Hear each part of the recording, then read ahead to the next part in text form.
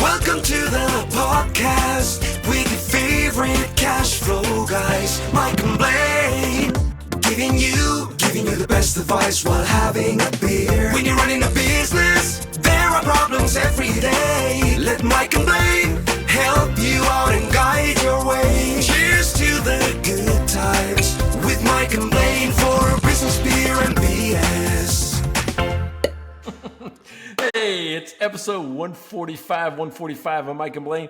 I am Mike Blaine, also known as Cashflow Mike. That is my friend, my partner, my co-host on this show. His name is Blaine Birch. He's the CEO and founder of Dry Run. What's up, my man? 2 days in a row. This has got to be a record.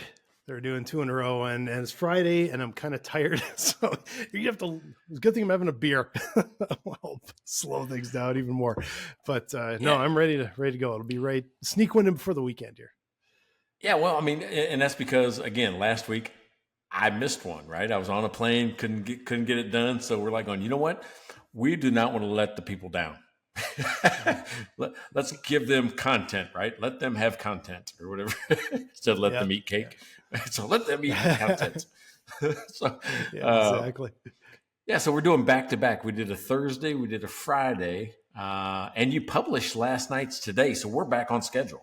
We were back on schedule, track. So. A little behind, but like 1 day, but that's it. We're back on track. So yeah. You know, that's one of the things I like about this. I mean, sometimes when I do podcast episodes with someone else, they go, "Oh, we're going to publish it. We're about 6 or 8 weeks out." And I'm like going, "We're publishing ours like sometime same day." What are you talking about? Exactly. Roll that sucker out. Yeah. Well, because we don't do any editing. We don't do any you do a little bit of the stuff, right? You do some SEO things. You do, maybe a title page. Yeah, I might chop out, like yesterday we had to do a little change in mic. I think there's a little dead space. I chopped that out, but that took me 2 seconds. Yeah, no, it's easy. We're good to go. Yeah, right on. So if you're new, right? If you're new, since we're doing all this cool SEO stuff that maybe you found us all of a sudden. If you're new, this is Mike and Blaine, business, beer, and BS. And what we mean by that is, hey, we're going to talk a lot about business. We're going to talk a little bit about beer. But in between those two, there's a whole bunch of BS that happens. So none of these shows are prearranged. None of them are scripted. None of them are structured. Matter of fact, I actually make up the topic about 10 minutes before. And today, because of a call that ran long, he's seeing me type it as it's happening literally 2 minutes before the show. So we don't know where this is going, but I'm glad you're here and happy to have you part of our team. Yeah, and you know what? It's always topical. That's the reason I love that, because it's something that's going on. It's not like planned weeks in ahead. Now we got to talk about it. It's something that's been going on with you today, and it's great because then we dive right in. There's always something going on. So yeah, it's beautiful. Yeah. So obviously I had a meeting derailed today, right? That's what we're talking about, is meetings becoming derailed and devolving into chaos. And what do you do, especially if you're in a leadership position? But before I talk about that and relieve my frustrations, on the microphone, let's drink some beer, right? First of all, I want to acknowledge our newest beer sponsor, Jackie York, right? Jackie York, a blooming CFO. She's out of Hawaii, but she can do business anywhere. One of her specialties, cannabis accounting, right? Which is super difficult, super hard, lots of extra stuff. So if you need help with that, contact Jackie York over at Blooming CFO. And I'm always going to dive in and thank Baltimore Mike, the other Mike Mylan, who has brought us both beer. Thanks again, Mike. We always appreciate it, and he always brings really good stuff. So that's awesome. Yeah, the worst part about him is that he's a Baltimore Ravens fan. That's the only thing I don't like about him. I mean, he's got a great name, one of those things. But this Ravens thing that, and by the way, that I'm pointing to, if you're listening and not watching, I'm pointing to this decanter, crystal decanter, and it's engraved with the Mike Mylan Bowl, right? I'm a Chiefs fan. He's a Ravens fan. Whoever's team wins the game when they play, that's the Mike Mylan Bowl. When they play, gets that decanter, and it travels, right? It's been in Baltimore. This year, he had to send it back, right? But he did send it back with a whole bunch of beer, so that was an awesome surprise. Nice. And of course, Larry Weinstein. Larry's been in for a long time. Best CPA in Houston. You need a CPA. You go talk to Larry. He'll get you all set up, and you don't have to be in Houston to use him either. Yep. Then we got Rachel Barnett. Rachel Barnett does QuickBooks. If you need QuickBooks training, if you don't know QuickBooks, if you want somebody to handle your QuickBooks, contact Rachel Barnett over at Gentle Frog. She is the QuickBooks expert you're looking for. You want to? And last but never least, you can dive in because do you have some beer from Neighbor Pat today? What are you drinking? I just talked to him today. He was going to bring it down, but I either missed him or whatever. I'm drinking something cool though, because again, this topic came about of a real life situation, and there's something that happens to me when it happens during a meeting, even though the person I'm talking with or the group I'm talking with would never see it. But internally, I fire up, man. I fire up inside like, why did you do that? So I'm going to have the dragon's milk for all the fire that's inside me today. So, hey, this is 11%er, right? It's it's that bourbon aged barrel stout. So I've got 11%er. Who knows where this is going to go? But this is to fuel my rage today during this podcast. it's a dragon's milk. That's a nice beer, and it it's a nice smooth beer. It's not harsh like you'd think. It's a really terrific beer. Anyway, thanks again, Neighbor Pat, for always bringing down the brews to Mike there. This week I just grabbed this Yukon Brewing Unplugged, because it just seemed like that kind of is going with the Unplugged IPA. It's kind of going with our topic today. Sometimes you're in a meeting, it's going off the tracks, you just want to unplug and get the hell out of there. So that's the beer I got going this week. Hey, that's a good one. So, hey, speaking of meeting, there's 5 beer sponsors right now, and it is the best $5 you will ever spend, because you get mentioned. You get mentioned at the top of the show, which is mostly when people listen anyway. So you get part of the show right up front. It's $5. It's evergreen. Go to mikeandblaine.com, click on buy us a beer. That's really what you're doing. You're helping us fund our beer habit. Just buy us a beer, and we'll mention you on the show. Yeah, absolutely. And thank you guys again. Just appreciate it so much. All right, let's dig in. I want to hear the story, because you obviously had a meeting go off the trolley tracks today. All right. So, occasionally you have somebody in your group, right? And you see them, or maybe they're an employee, or maybe they're part of your team. Mm-hmm. And you think you're on the same page. You're moving, you're grooving. Everything is going just the way you planned it to, right? Because a lot of times if I go into a group setting or a meeting, I come in with a plan of things that I need to talk about during that meeting, especially when you're in a business leadership position. Mm-hmm. So for me to go into it, and I get 15, 20 minutes into it, everybody's nodding their head. Everybody seems in agreement. I'm doing some check on learning. Hey, what do you think about this? And then a question comes out that goes, either A, that's not the topic, which it wasn't, and B, you don't even understand that, what you said, right? And that's where we're at, like, on, holy smokes, we've been working together for a year now. And not only do you not understand the basics of the concept we're discussing in the meeting, you're bringing up things that are not even on topic. So think about, somebody not understanding that you have to pedal a bicycle, right? You have to use the pedals that are on it, and it's attached to a chain. Maybe we're talking about that. And in order to do that, it propels the bike forward. And I'm being kind of vague and using a different example because I don't want to call this person out, right? And, publicly, but that's what we're talking about. We're talking about the pedals, move the chain, moves the bike forward. Mm-hmm. This person then says, well, what happens when you move your feet along it and there's a rock on the ground and like you're Flintstoning your bike. It has no pedals, right? So first of all, we're off on that. But then she says, and then you don't have a shoe and you stub your toe. I'm like, oh, wait a second. First of all, you don't understand that the bike uses pedals because you're Flintstoning it. Second of all, you don't even understand that if you're using your feet, you should wear shoes. But what really happens in this situation is that everyone else is on the same page. Everyone else is moving along. But there's one person that either missed a key point that you just described a few minutes before, or they didn't understand it to begin with and tried to interject a different idea at the wrong time. Does that ever happen to you? Is that way too vague? No, it's definitely happened to me. And sometimes I'm like, was I the problem? Was I, like, oftentimes I like after, like, some meetings, they just go so well. And it's like, yeah, we're doing innovation here, right? So there's changes. There's changes all the time. If you're going like, we learned something new over the last couple of weeks, we learned more. We're getting closer to the strike zone. And there's times where it's just like, yeah, everyone's just like dialed in on the same page. And other times it's like you said, like it just seems to go crosswise. And, I'll be excited going in because I think I got like, okay, this is what I want to talk about. I think this is super important.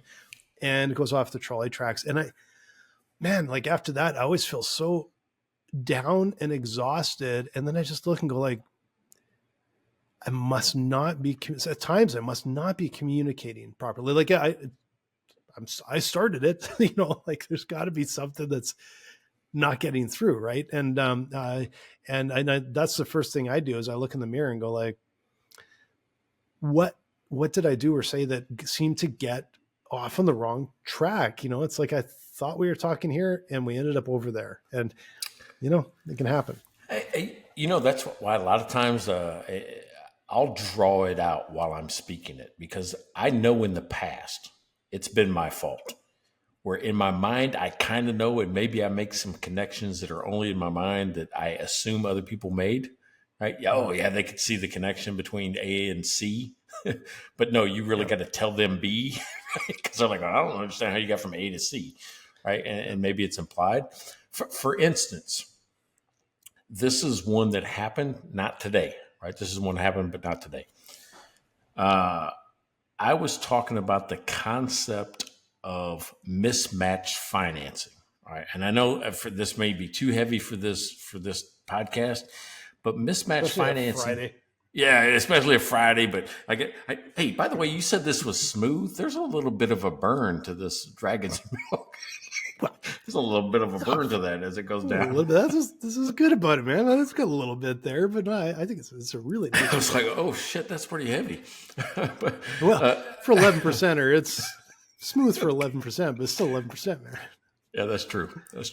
So anyway, mismatched financing is when you use the wrong loan product to buy something, right? And you're like, what do you mean you use the wrong loan product? Well, it's like buying a house with a credit card, right? You're not going to do that shit because it's just great miles. Don't get me wrong. You get a ton of miles if you did that, but you just wouldn't do it because it's 25, 30% interest now where a mortgage is 7, 8.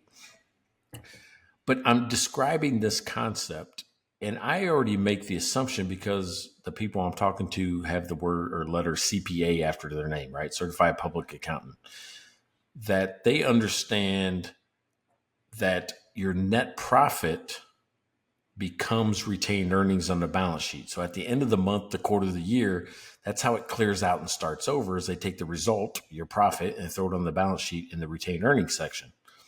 So I assume that everybody kind of knows that. Where I was confused is I'm talking about how retained earnings and long-term debt is how you finance your equipment, right? If you can depreciate something for 5 or 7 years, you buy it with a 5 or 7 year term loan. That way, at the end of the depreciation, the payments also end, right? That's the whole thing. It's a matching technique. Yep. This person could not figure out how I was calling retained earnings cash, right? Because I said you use long-term debt or cash, but I was connecting it to retained earnings, like going retained earnings, it's your net profit. Right? What do you think that is? Your net profit goes on your balance sheet and retained earnings. It's in cash, right? You had sales, whatever was left over in cash is in cash because the balance sheet has two sides, right? Retained earnings at the bottom, cash up top. Or if it's not cash yet, it's AR that becomes cash, accounts receivable. So I'm sitting here having to go back and re-describe that whole process to a CPA who cannot make the connection that net profit was cash. In net profit, I was using the word retained earnings because that's what it becomes. So that's what the A, the B, the C, A, net profit, B, retained earnings, C, cash. I went from net profit to cash and she was just blown away. She didn't understand the C or the B part. Yeah. And you can, like, when something like that happens, it's like the whole original point, the big thing you're talking about is the proper, like you're talking about the proper loan product or whatever. It just gets lost. It just completely gets lost. You get sidetracked. on minutia. And that's, yeah, I felt that, and it's like, oh, okay, was it me? How do I avoid that? How do I present this next time? Right. Hey, so I'll give you two more examples. Live seminars, 2 days seminars. And I know I'm beating this up, but I want people that are listening to understand what I feel is frustrating.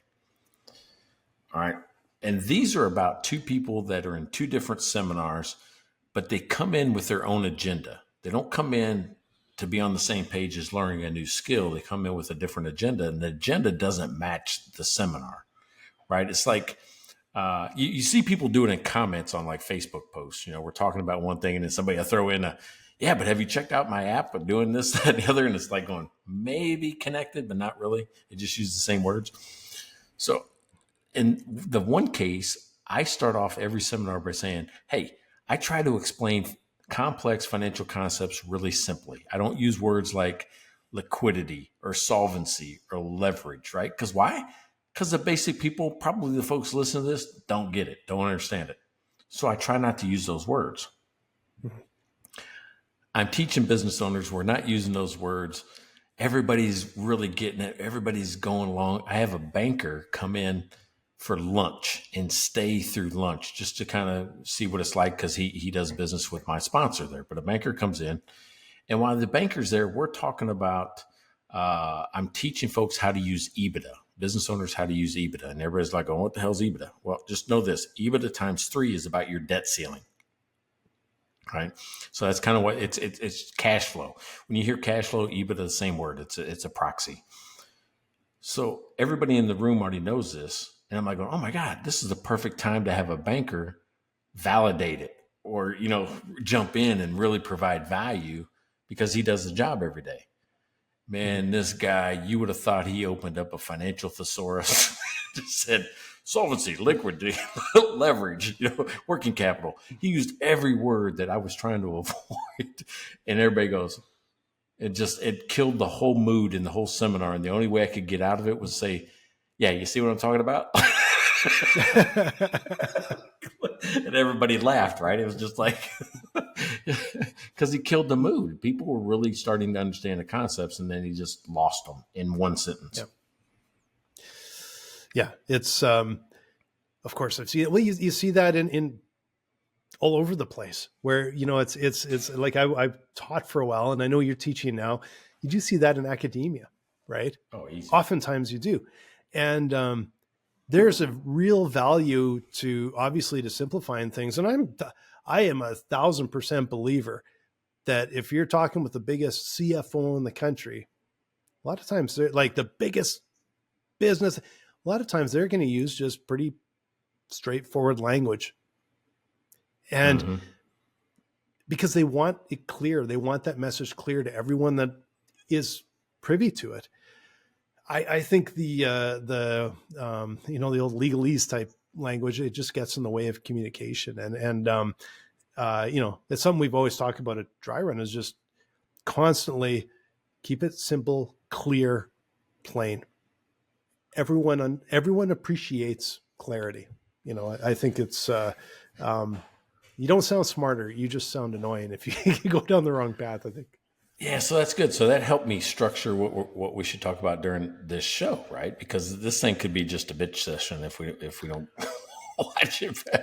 But during this show, I think we should answer or address two things. One is, what should you do when it gets off course, right? When something like that happens, and you're in a leadership or you're leading the meeting position.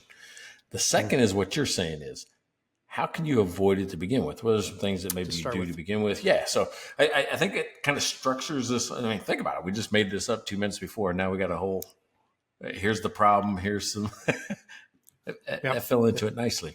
Hey, I'll tell you another one. Did I ever tell you the one where it was a misunderstanding of words? Yeah, I did. I told you about working over at Wells Fargo with some college kids, new hires right out of college. But I remember the story. I don't remember the details though. So dive right back in.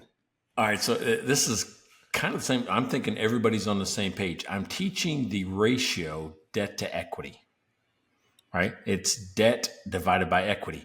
I don't do this anymore because well, I didn't realize that young people were thought like this. But when I wrote it on the board, instead of saying total liabilities and total equity, I just wrote the letter D divided by E, right? Debt divided by equity. That's what I'm thinking. I'm teaching what it means and how it's a measurement of how much you believe in your company and you got skin in the game, those type of things. No, you know what they did? Only after I made this sentence, and this is the sentence I took out of teaching the ratio, is I said, listen, if you want more D, you got to have more E, right? That's all I said. Well, you say that to a college kid in 2020 or whatever, 19, 20, 21, whatever it is I said it. You say that, and they went right to penis, dick for the D, divided by ecstasy, the drug, right? Think about it. They go, hey, if you want more dick, you got to have more ecstasy. I'm like going, what? And then they filed a complaint on me for being unprofessional. I'm like going, wait a second, who's the unprofessional one? The one teaching debt to equity or the one thinking that? Shit. Yeah, exactly. No shit. I don't even know how you make that connection. Maybe that must be a thing. You just come. You're 2 weeks out of college. That's what happens. You're 2 weeks out of college, and that's the way you're still thinking. You're not thinking like a professional. Yeah. No, that's ludicrous. Like it just is. It just is, right? And we were going to talk about a little bit like how do you avoid that? It's like, yeah, I don't know how you avoid that. I had to take a really powerful sentence. That's the easiest way to describe to somebody, hey, if you want more debt, you have to have more equity. Now I have to say it that way. I have to say the words. I can't say after I write the D divided by E on the board, I can't say it. If you want more D, you got to have more E. I had to completely take that out of my vocabulary. Yeah. That's one of the ways you avoid it, right? Just like going, I gotta find a different way to do it. Yeah. It's that first time through. That's always the shocker, right? Yeah, bizarre. It had been 25 plus years since I'd been in a college classroom, as a student. I was not thinking that at all. I was in a Wells Fargo office building in Charlotte, North Carolina. Yeah, nobody's our age is thinking that. I don't think so. Not in a professional business setting at like 10 o'clock in the morning in your first formal training of your first job out of college. Nobody's thinking that. Yeah. I might be a little controversial here, but I really got to wonder about the person. Even like, first of all, who could make that assumption and make that connection, but then go out of their way to go complain about something? That just tells me their priorities are not, I'm trying to learn, I'm trying to expand, I'm trying to bitch about stuff. Boy, that's not a person I want in my organization. I don't care who it is. And could have been anyone in that room. That's not a productive person that's going to come in and help move the organization forward and work as a team member. And so part of that is, how do you avoid that? It's like, you know what? You can't if the wrong person's in the room. You can interpret just about anything that somebody does or says the way you want to, if that's the case. Yeah. So. Yeah, exactly. Yeah. So the other situation that happened, remember I told you there was two, one with the banker. The other one was with a realtor that was in the room, right? A realtor in the room. I'm talking about, debt to equity. Apparently that's my most controversial subject I teach. It was again, debt to equity. Oh my God. I'm just thinking about that. That's the most controversial thing I've ever said. It's debt to equity. Yeah. I'm teaching folks that a bank won't lend you as much on a business as they will a house. Pretty simple. They'll give you $4 because you put down normally 20%, right? You put down 20% on the house, and they'll put in 80% in debt. So your mortgage is 80%, your cash is 20%. That's pretty typical, right? Mm-hmm. Well, if you divide 80 by 20, you get a 4. So your debt to equity ratio is 4. On a business, they'll give you 2.5, right? Which is $2.50. So for every dollar you put in, you can expect to get a loan, long-term debt of 2.5, or just, I guess we'll say total debt. Total debt is 2.5, which is for every dollar you put in, the bank will put in $2.50. So if you got $100,000 in, you can probably get a $250,000 loan, right? That's what we're talking about. Mm-hmm. that's the concept I'm wanting people to understand, is that the higher that number is, 2.5 is one level of risk to the bank. 4 is a different level of risk. And the difference is they can sell the house a lot faster than they can sell your business if you default on the loan, right? For sure. That's why there's they more may not risk be able in the to sell they might not be able to sell the business. Pretty good chance they'll sell a house.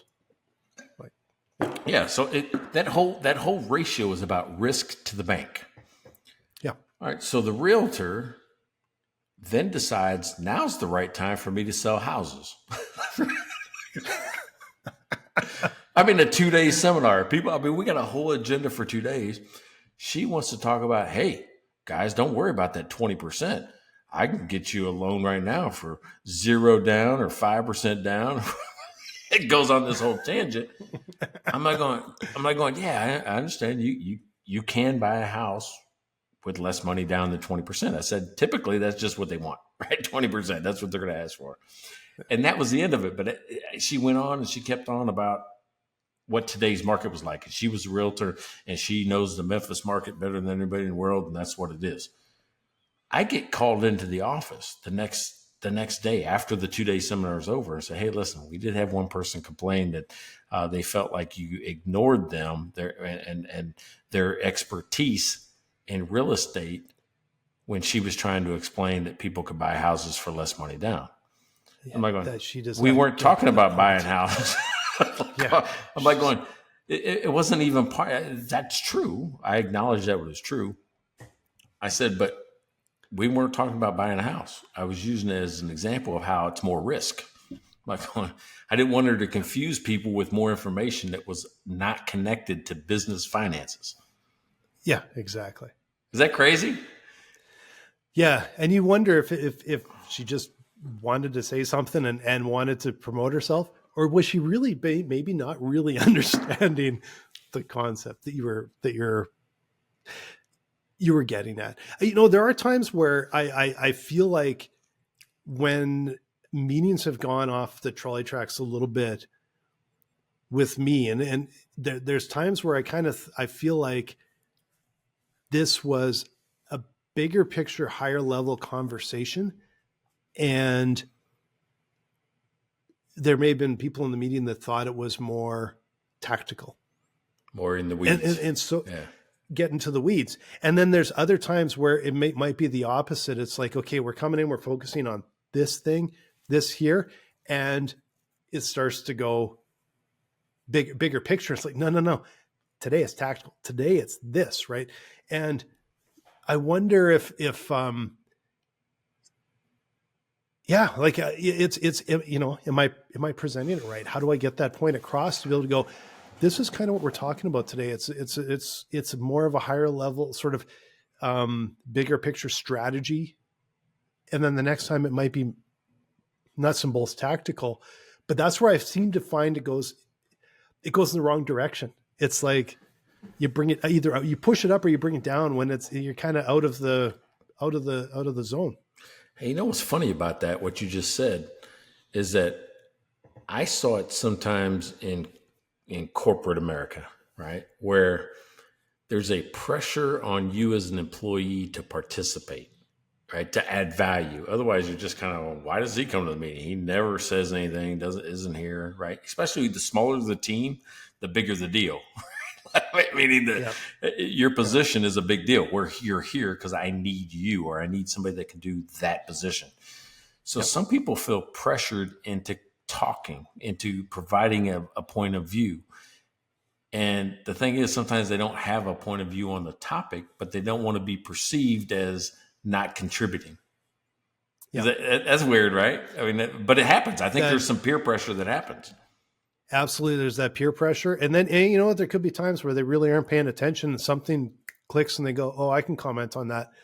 And it's just out of context, right? It's like, like the real, you miss the whole thing. Right. And, but you're right. Like we've all experienced it. And it's like you said, there's two things. First, how do you go in and get the point across that this is the area we're playing in today, right here? Like this is our goal. This is what we're looking to do today. This is how we're going to do it. But then when it does go off track, how do you bring it back? Because that could be like just scrambling, right? And I find that really, really challenging. Yeah. So when you're talking about your cash flow and you don't want to miss the point and you want to play in the right area, you should look at dryrun.com. And I know just the guy that can tell you everything that dryrun.com can do. So you're always in the right area. You don't miss the point and you're always on topic. What can they do? Yeah. Well, dryrun.com, come and visit us. You know what? I always say the pointy end of the spear is your cash flow.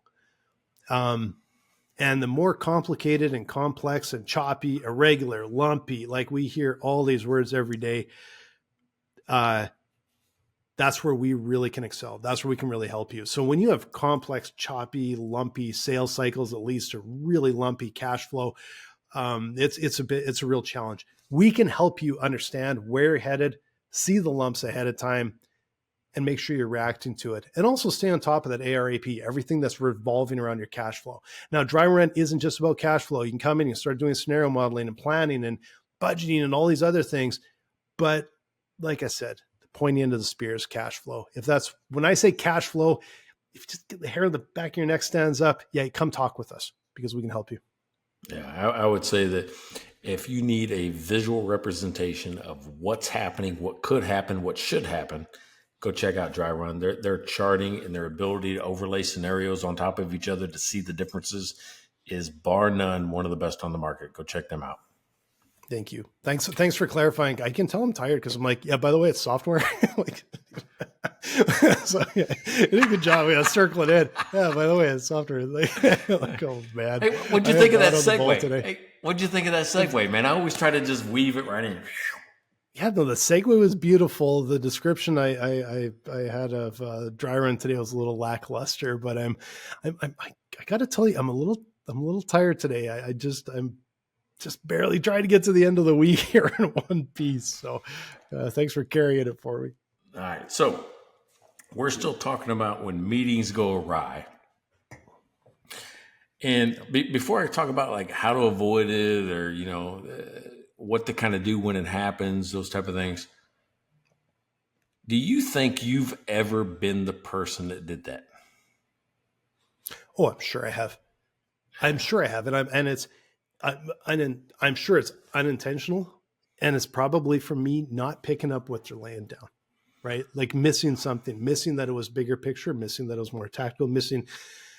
With me, I think the way my brain works a lot of times, probably like a lot of entrepreneurs, I tend to be much more of a bigger picture, longer range, like the connections, connect A to D, like that's.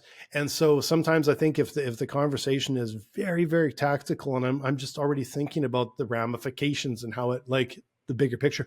And I think that's probably, if I was throwing a wrench in it, that's probably the number one way I would do that. Hey, I'm absolutely positive I've done it more than it's probably been done to me. Who knows? I've probably done a lot. Yeah. I'm the classic example where today I'm pointing fingers, but I got 3 pointed back at me. Because sometimes I'm just like that. I hear, maybe I'm listening, and my problem is not that I'm not paying attention to what you said. Mine is I'm anticipating where I think you're going. And that's a problem I've worked on over the last 15 years is I've always wanted to jump ahead. Yeah. And, I must have been the kid that wanted to open up his Christmas presents on Christmas Eve instead of Christmas morning, because I'm always like going, oh, I know where he's going. And I would say something and be totally wrong. Like, oh, shit, you're not going that way. Right. So it's one of those things where my problem has always been, again, anticipation and the eagerness to be there with you as it happens instead of letting you lead me there. Right during the meeting. Yep. Right. So so it's interesting because I think like how tactics to prevent it, tactics to manage it when it happens in a meeting. But like you said, it's like but a lot of times it's like looking in the mirror. Like, okay, so I need a way to go into the meeting, not to keep everybody else on pace, sometimes to keep me on base, right? Like I'm part of the group. And how do we circle it back if it goes off track because of somebody else or me, right? Like, Yeah. I'm part of the group. I'm part of the group that could either be the problem or the solution, right? Yeah. So one of the things I started doing during, I started doing 3 times, maybe 4 times a year. I do these live in-person workshops, right, at Cashville Mike. And the thing I learned to do, the last 3 I've done, is at the beginning of the session, we'll do a 2-day session live. Come in at 8, go to 5, 8 to 5, something like that. 9 to 4, or whatever it comes up to be. But I write everybody's expectation on the top left corner of the whiteboard. Hey, what are you hoping to get out of this next 2 days? Just write it up there. At the end, I go back to it. Hey, did we get this done? Right. So I leave about an hour to a half hour at the end where we go back and we make sure that you leave our workshops with the things you anticipated or expected in the beginning. Mm-hmm. And there's sometimes I got to go back and clarify. Oh yeah, we went through that kind of fast. I get it. Let me go back and make sure you got it. The other thing that I deploy is, I'm writing that 3rd book, don't tell me what to do. Mm-hmm. But one of the founding techniques of that whole book is something I learned as a state trooper called verbal judo. And what that is when somebody gets off track, because that happens all the time as a state trooper. I remember I would walk up to an accident and you could obviously tell what happened in this accident, right? You just instantly know. You've seen 1,000 accidents in 7 years as a trooper. You just know what happened just by looking at where the cars are and what the light situation or stop sign situation is. You know what happened. Yeah. Well, I would hear stories like this, right? Oh man, you would not believe what my morning was like. I'm so sorry. The kids were running over, that one of them wouldn't put their shoes on, couldn't find the other one's lunchbox. I was trying to throw everything together. She was yelling at me because I stayed out last night. We played cards with the boys in the back deck for about 4 hours. And everything was just kind of chaos this morning. And we got into a big argument in front of the kids, in front of each other. I didn't even eat the breakfast. But I got in the car and I went and I drove and I was going to work and our song came on. And you don't know our song, but it's ours, right? It was from our wedding. It was from when we were living before that. And, we fell in love to this song. So it came on and I felt bad and I reached down to call her and tell her I was sorry and I got in an accident. That's just, right. That's the story I would hear. I said, "Sir, you ran a stop sign and hit somebody else."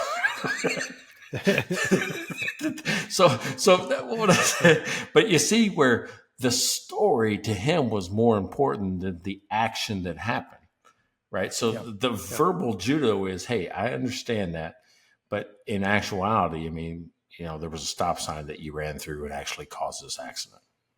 Yeah. Right. That the verbal judo part is, I understand that, but I appreciate what you're saying, but right. That's the verbal judo part. Now I'm going to throw a bit of a wrench in this because here's the tricky part that I've found with meetings over the years. And I'm curious if you felt this, because I know I definitely have. You go into a meeting and it's about A.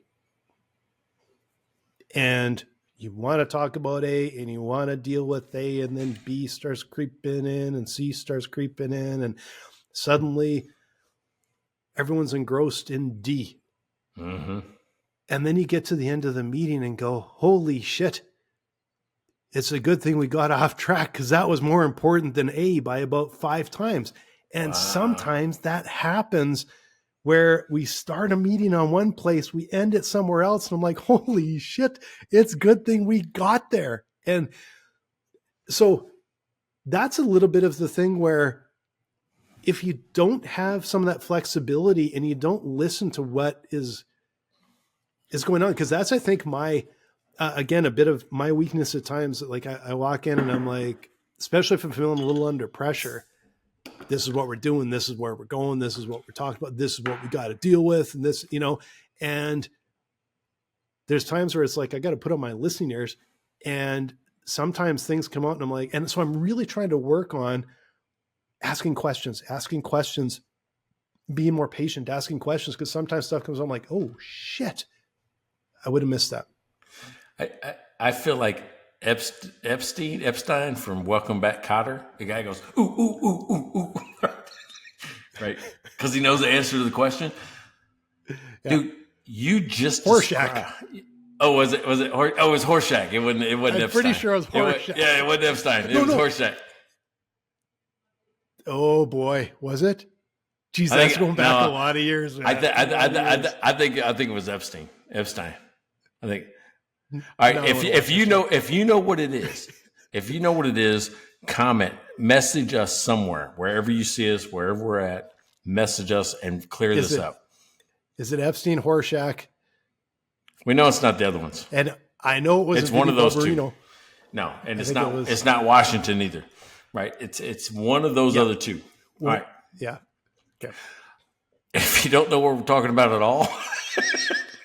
It's Welcome Back, Kotter, right? So it's Welcome Back, Kotter, and I don't know if that's streaming anywhere. If it is, you might want to catch that. It's one of those ones that probably suck now to watch, though. So who knows? Oh yeah, probably so.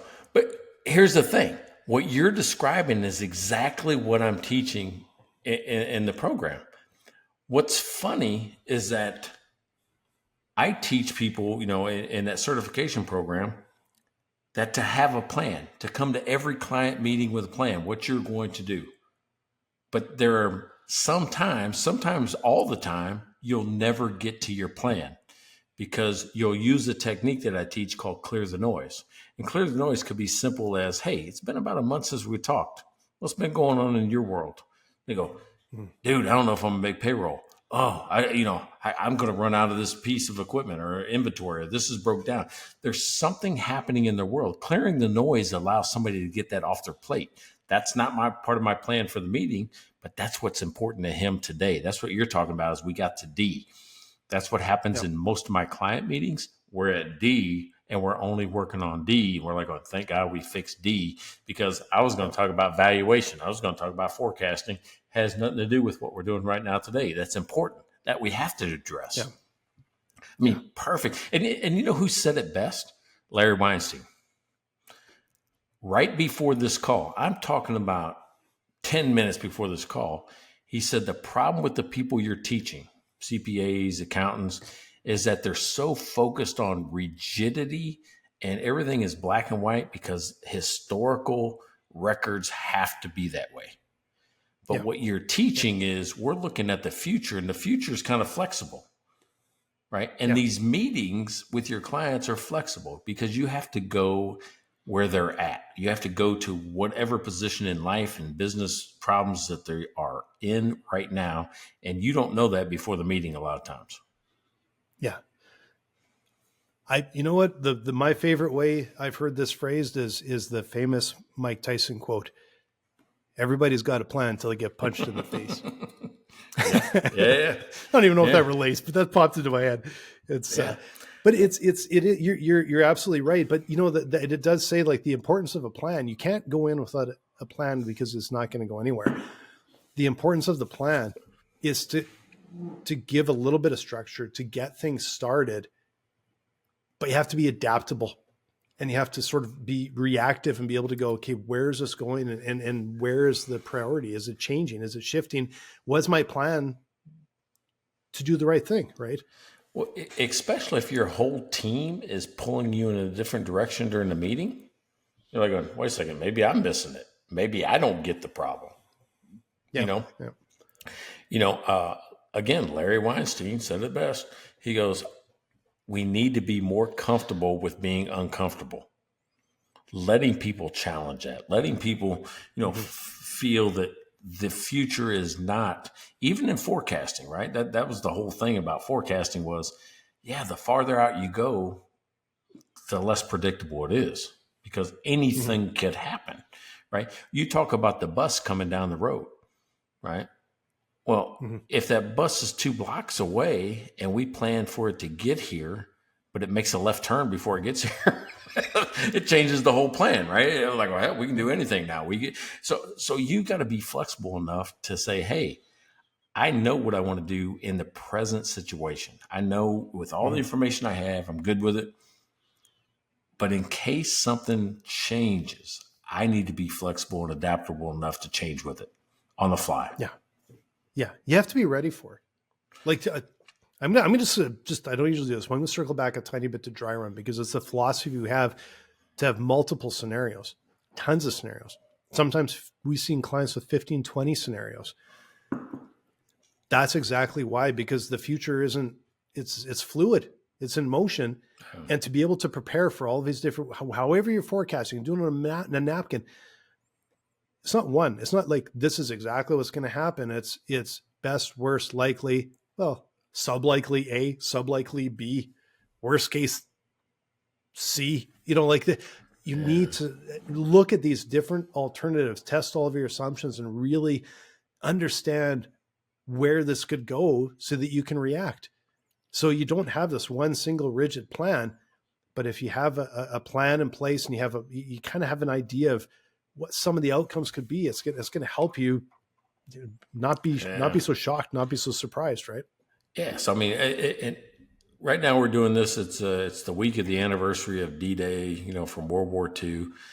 But it was Patton. When you said the Mike Tyson thing, I also thought of Patton, General George Patton, or whatever, that has the saying that the plan is everything.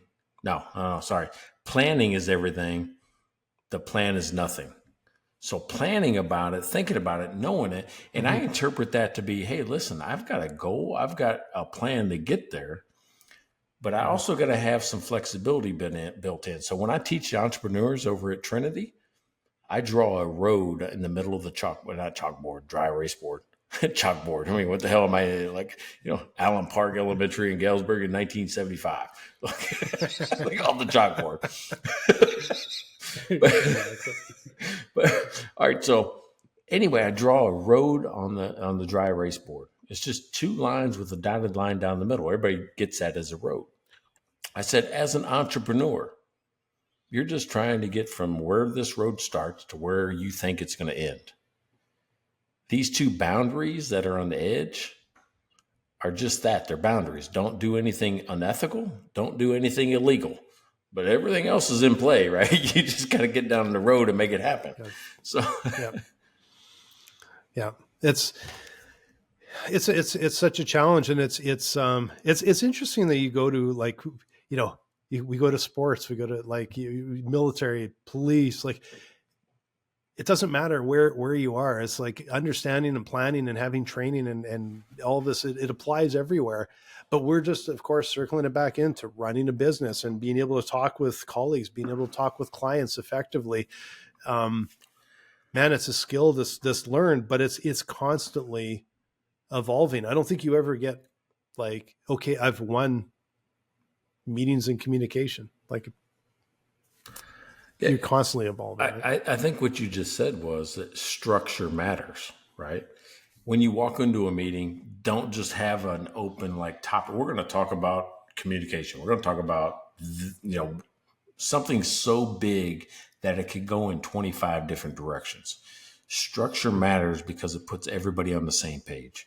Structure matters because it makes us all do the same process, right? In your business, in the military, in the police world, it makes us all do the same thing. So it's predictable, it's more reliable, and it's fair. Right? When you really look down at it, it's fair for everybody across the board.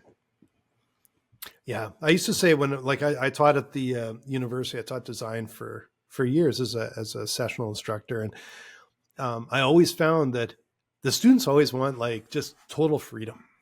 Yeah. They want to design whatever they want.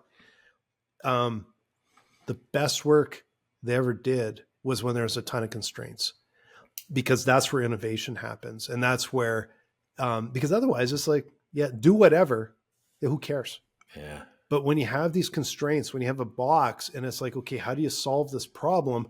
And you start looking for a solution that is elegant, that works, and sometimes is outside of the box.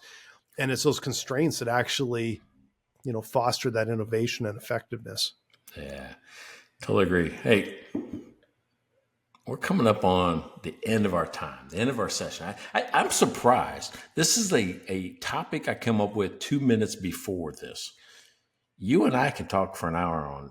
It seems like any single topic that ever goes out there. And if you're in business, that's a skill you have to have.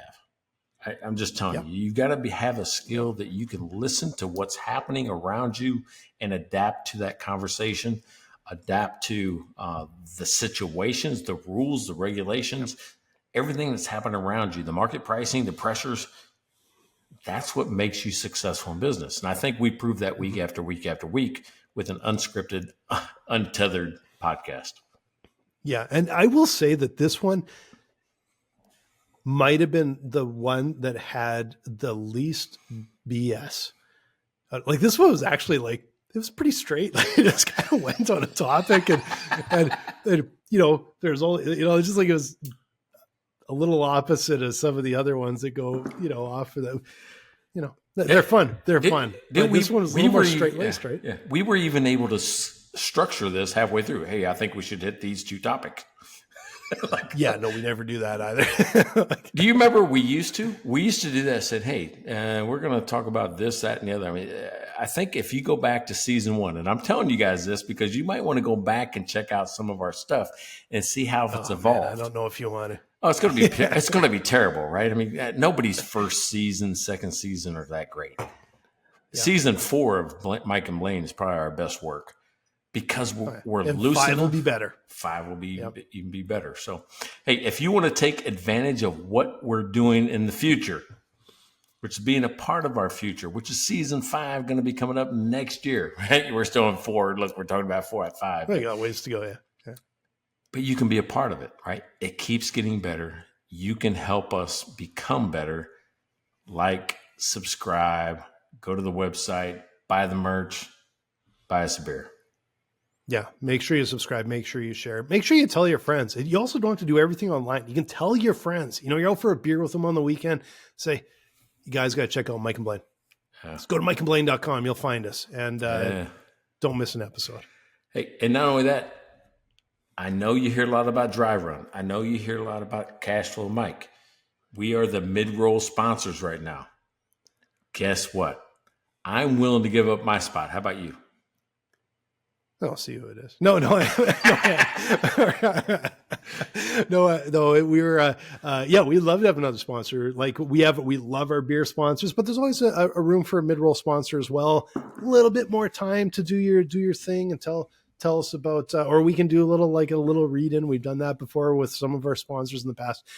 Just reach out. We'd love to have a new sponsor there too.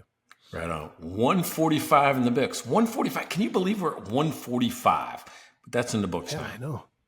Yeah, man, we're getting close to that 150. Another nice round number. We're getting up there. It's pretty exciting. I wouldn't want to do it with anybody but you, man. Appreciate you. Check out their website at mikeandblaine.com. Then subscribe to the podcast and buy these guys a beer.